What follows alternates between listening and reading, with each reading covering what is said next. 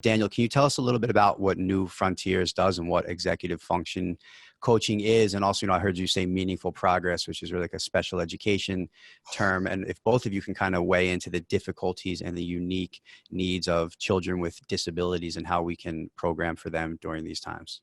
Yeah, so the earliest background is my family's been involved in building and operating private schools in and around New York for 3 decades or so at every different level. So early childhood, K-12, general ed, special ed, funded, private pay. So and then kind of cross-pollinating those different approaches. So we've seen quite a bit. We built and owned and operated for a number of years a school called the Aaron School, which is in Manhattan.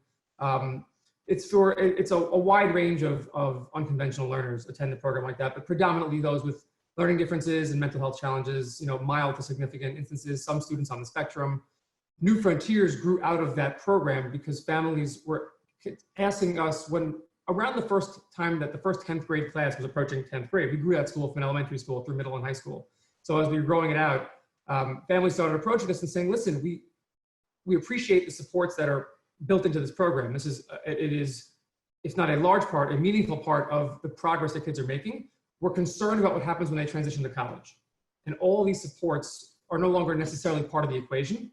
And by that, I mean a couple different levels. You have the academic piece, like just like in your face, teachers teaching you as compared to professors who are not necessarily teachers. And so like that interpersonal dynamic is different. The self-advocacy required to go seek your professor out and go get a better handle on, well, what do you mean I have 10 weeks to accomplish this assignment? And no real kind of guidelines on how to do that. That requires self-advocacy and problem-solving skills that not every student develops and perfects before they get to college. Then you have the fact that they're turning 18. So now they are legally responsible for themselves, right? And they might not understand like the full capacity of that responsibility. And then, less than a support, but it's a reality. They're not living at home anymore. Right. So no one's making their bed, no one's doing their laundry, no one's making them food.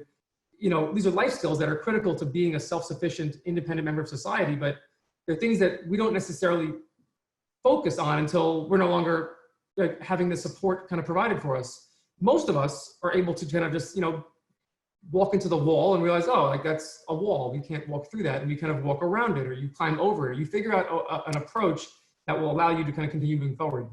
There's a meaningful component of the population who doesn't have those skills or isn't able to develop those skills on their own, despite society's expectation that that's what happens when you turn a certain age or hit a certain kind of transitionary milestone. I know, in a lot of students, sometimes their 18th year, their senior year, but for students with more profound disabilities, their 21st year is a huge year for learning those transition skills and learning those life skills. And they're kind of being robbed of it, like these last few months of school, while I think schools really should start programming for transition stuff when kids are, 12 or so. For a lot of schools, I think it's these last few months and the last year when they're really kicking it into high gear. So what advice can you give to any families who may have a child, and specifically a child with special needs, graduating during this time or aging out? Well, I may be biased, but I think a coach could be a really useful support. I think a lot of parents feel as if it is their responsibility solely to kind of help their sons and daughters master these skills.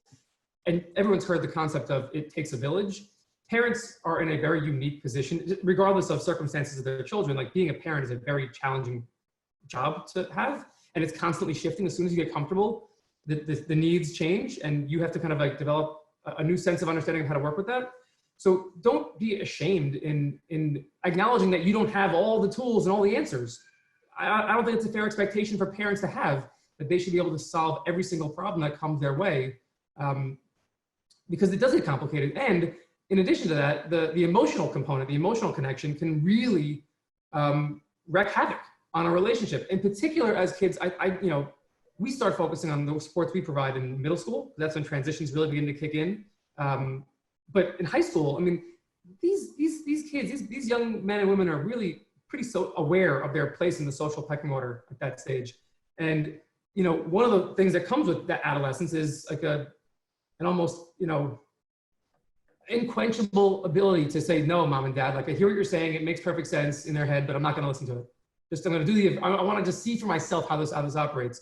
So sometimes like you might just run at the end of your course, or for a period of time at least, children will be kind of pretty rebellious to a certain point and come back and be, fall into the exact same things that they were not listening to, but they were kind of absorbing all those years, and become their parents in many cases. So I think there's nothing to be ashamed about to seek support, be it from a coach or a friend or a school administrator or anybody who might be able to kind of provide some different perspective.